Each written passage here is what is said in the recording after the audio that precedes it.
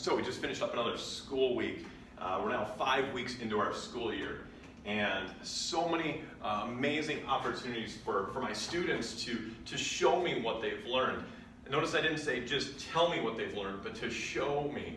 And as much as we can provide those authentic, hands-on opportunities for kids, we are really doing them a very important service. You know, sometimes when we're thinking about all that curriculum we have to teach, we may think, okay, I've got all this stuff. Well, I don't know if I can get to all 100% of that curriculum, but I'm sure going to try. I'm just going to plow through it all.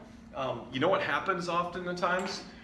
Those kids don't really remember much of that 100% when you're going as fast as you can through it.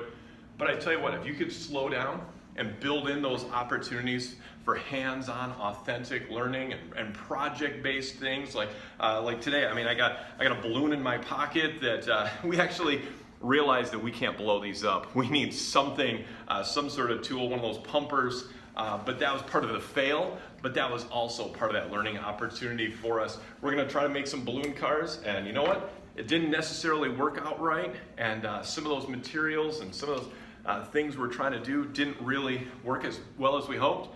But what a great opportunity for my students to learn how important having good materials and good skills can be. And you know what? They're still getting some great skills and some great learning happening, building some balloon cars or whatever that project is. I hope you had a great week, and I hope you just keep on doing your best to really build that really great culture of learning with your kids, even if it means you don't get to all 100% of that curriculum.